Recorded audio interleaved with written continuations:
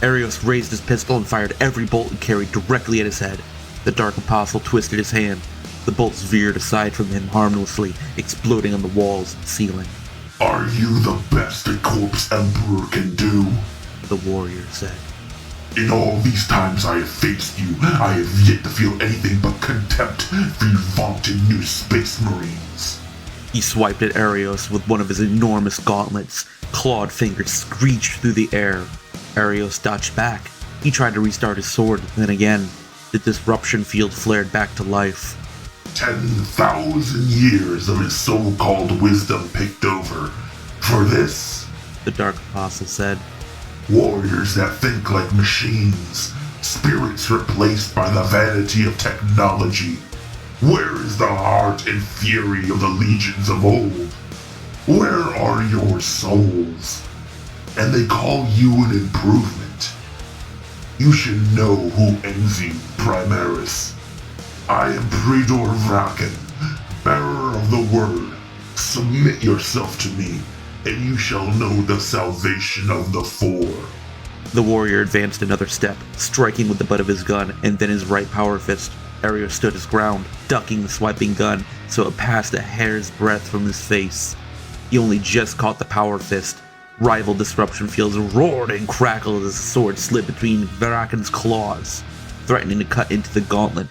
But the Dark Apostle twisted his wrist ever so slightly, trapping the blade between his fingers. He stared into Arios' eye lenses. You are a captain, a hero of your dying god. Never have I seen anything less deserving of the rank. He twisted his wrist further, breaking Arios' weapon. The blade shattered.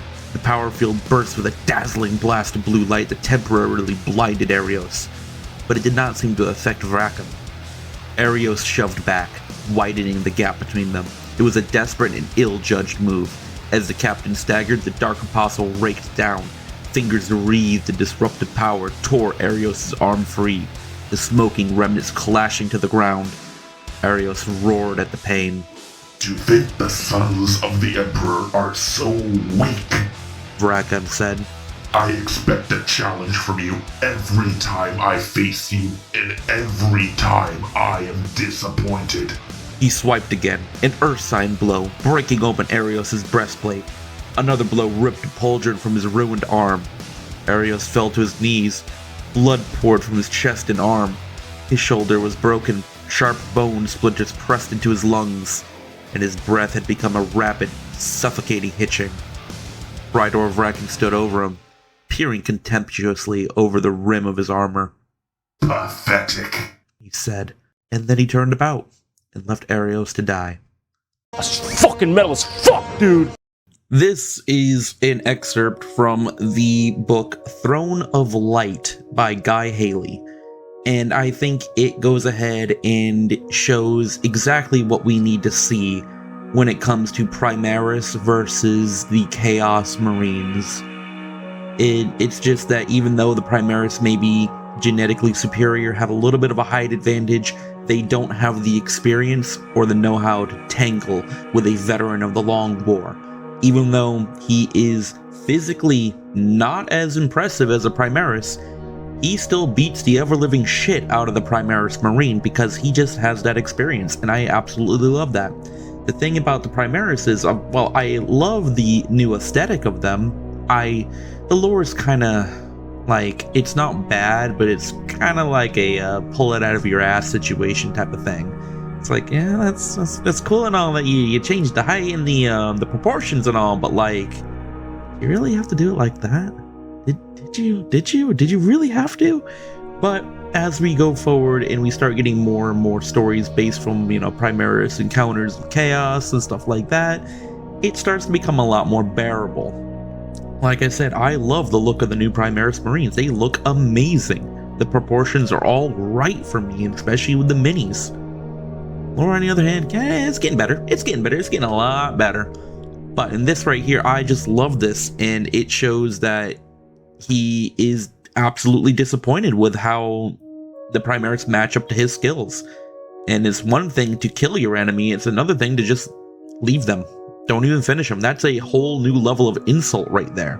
The thing is that Arios, apparently, he survives in the book. Like, he survives this encounter.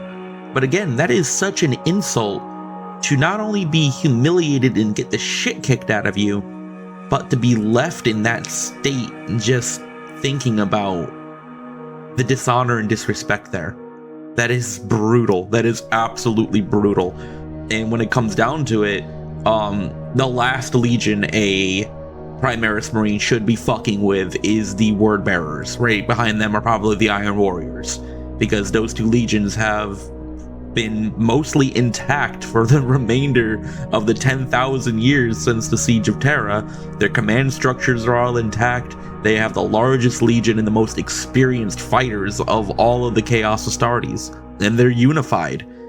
Do not fuck with the Word Bearers. Do not fuck with the Iron Warriors. They will fuck you up.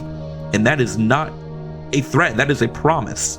And it shows perfectly here, because the Word Bearers are still nothing to be fucked with. See, everybody loves to hate Erebus. I fucking hate the bastard, but I love him as a character. People forget that Erebus was a goddamn amazing swordsman. He was able to go toe-to-toe with most of the world leaders within the fucking Conqueror's gladiatorial pits. And if I remember correctly, he was actually able to beat Lucius the Eternal. He was able to go toe-to-toe with Abaddon, Loken, all that good stuff within the Vengeful Spirit, within the first 4 books of the Heresy. That is nothing to sneeze at.